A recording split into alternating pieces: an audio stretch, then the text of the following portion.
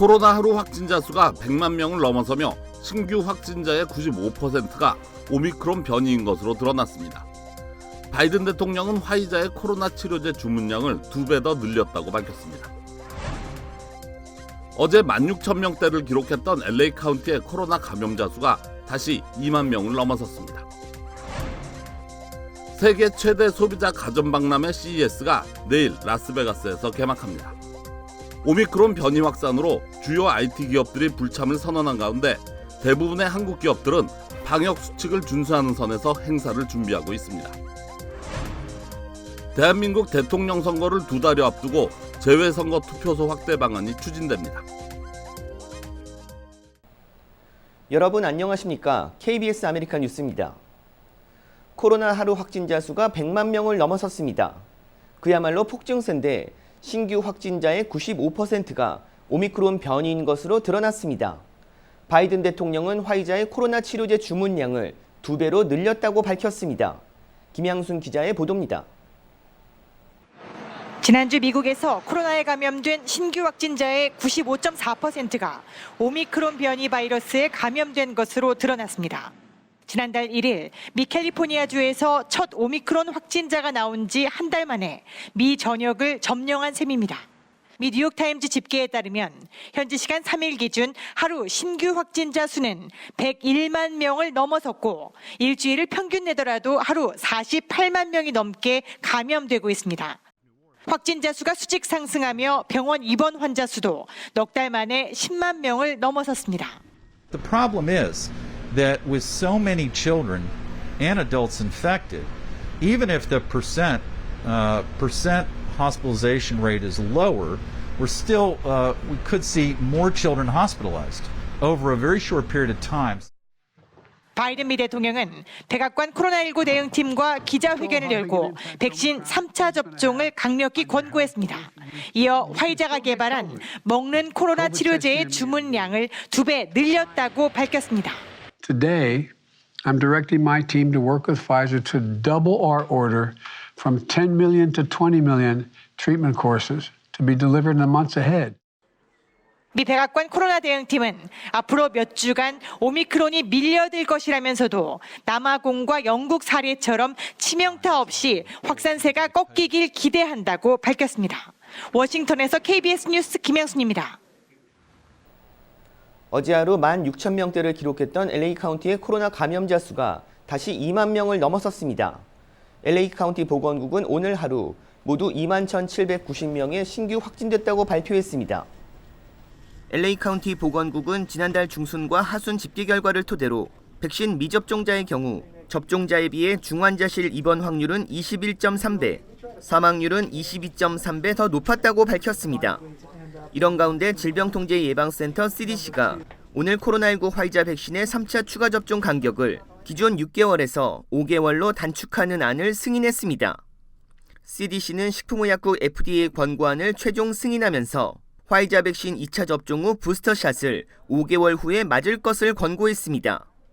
다만 CDC는 다른 제약사 백신의 경우 존슨앤존슨은 2개월, 모더나 백신은 2차 접종 후 6개월 뒤에 부스터샷을 맞도록 한 기존 방침을 유지했습니다. 이와 함께 CDC는 중증 면역 저하가 있는 5살에서 11살 사이 어린이는 두 번째 화이자 백신을 맞은 뒤 28일 후에 부스터샷을 맞을 수 있다고 밝혔습니다. 세계 최대 소비자 가전 박람회 CES가 내일 라스베가스에서 개막합니다. 오미크론 변이 확산으로 주요 IT 기업들이 불참을 선언했는데 대부분의 한국 기업들은 방역 수칙을 준수하는 선에서 행사를 준비하고 있다고 합니다. 미디어데이를 맞아 이우수 기자가 현장을 취재했습니다. 첨단 미래 기술을 선보이는 IT 전자박람회 CES 개막을 하루 앞둔 오늘 부스를 준비하는 직원, 미디어 관계자들의 조건부 입장이 허용됐습니다. 행사까지는 하루 남았지만 대면 행사로 진행된 2년 전과 같은 활기는 찾아보기 어려웠습니다. 오미크론 확산으로 주요 IT 기업들이 참가를 취소했고 벤츠와 같은 거물급 자동차 제조사도 잇따라 참석을 철회했기 때문입니다. 하지만 한국 기업들은 위드 코로나 형식으로 행사에 참여했습니다. LG전자는 오미크론 확산 여파로 행사장 전체를 비대면 방식으로 꾸몄습니다. 스마트폰으로 QR코드를 스캔하면 자연스레 제품이 소개되는 방식입니다. 삼성전자는 밀폐되지 않은 공간을 활용해 부스를 설치했습니다. 오늘 출입기자단 30여 명을 초청해 비전을 제시했는데 인공지능과 함께 살아갈 미래의 모습을 구현했습니다. TV 화면 속에 나오는 아바타와 대화를 나누고 가정용 로봇이 사람과 함께 살아가는 세상이 그리 멀지 않은 미래에 찾아올 것이라는 전망입니다. 지금까지 CES 박람회의 화두는 어떤 스마트폰 기술이 선보이는가 하는 것이었습니다. 하지만 올해 CES를 기점으로 스마트폰에 대한 비율은 줄고 로보틱스 기술이 이끄는 시대로 전환됐다는 분석입니다. IT 가전 박람회 CES가 내일부터 7일까지 개막합니다. 오늘까지 막바지 준비가 한창이었는데 오미크론 변이 확산으로 참여 기업들이 줄며 행사장은 다소 차분한 모습이었습니다. 라스베가스에서 KBS 뉴스 이우수입니다. 워싱턴 DC 인근에 15인치 이상의 폭설이 내려 95번 프리웨이가 마비됐습니다. 수백 명의 운전자들은 워싱턴 DC에서 50마일 떨어진 고속도로에서 24시간 이상 발이 묶인 채 구조를 기다렸습니다. 95번 프리웨이가 폭설로 거대한 주차장이 됐습니다. 특히 버지니아주 리치먼드에서 워싱턴에 이르는 구간은 눈 무게를 버티지 못한 나무가 쓰러지고 차량 사고가 이어지면서 큰 혼잡을 빚었습니다. 물과 음식도 없어 24시간 동안 고속도로에 갇힌 운전자와 승객들은 도로 위에서 밤을 지새며 고통을 호소했습니다. 또 강추위 속 운전자들은 휘발유를 아끼기 위해 차량 시동을 수시로 끄며 버텼습니다. 지금은 트럭과 차량들이 조금씩 이동해 빠져나가고 있는 것으로 알려졌습니다. 대한민국 대통령 선거를 2달여 앞두고 재외선거 투표소 확대 방안이 추진되고 있습니다. LA 총영사관 재외선거관리위원회는 오늘 회의를 열고 추가 투표소 설치 방안을 논의했습니다.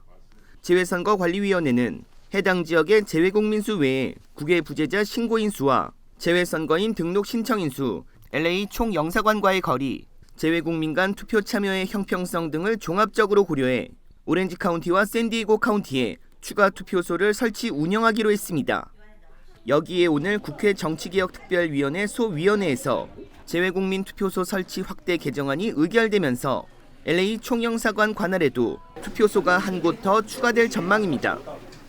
법이 통과가 되면은 임시위원회를 한 번 더 열어가지고 그 추가되는 한 군데를 더 결정할 예정인데 종합적으로 검토를 해가지고 추가 투표소 한 곳을 나중에 추가로 결정될 수 있도록 하겠습니다. 예.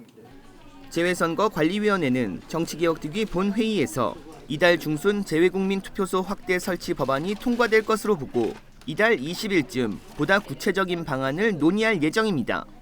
이번 주 토요일 유권자 등록 마감을 앞두고 있는 가운데 오늘까지 모두 7천여 명이 등록을 마쳤습니다. 대한민국 대통령 선거 재외국민 투표는 다음 달 23일부터 28일까지 진행됩니다. 중간선거가 치러지는 올해 한인 선출직 공무원들도 새로운 도전에 나섭니다. 새해를 맞아 각 지역에서 활동하고 있는 남가주의 선출직 공무원들을 취재합니다. 오늘 첫 순서로 캘리포니아 주 하원 4선에 도전하는 최석호 의원을 윤범수 기자가 만나봤습니다. 지난해는 최석호 의원에게 평생 잊을 수 없는 한 해였습니다. 자신이 직접 발의한 캘리포니아 김치의 날 결의안이 미국 최초로 제정됐기 때문입니다.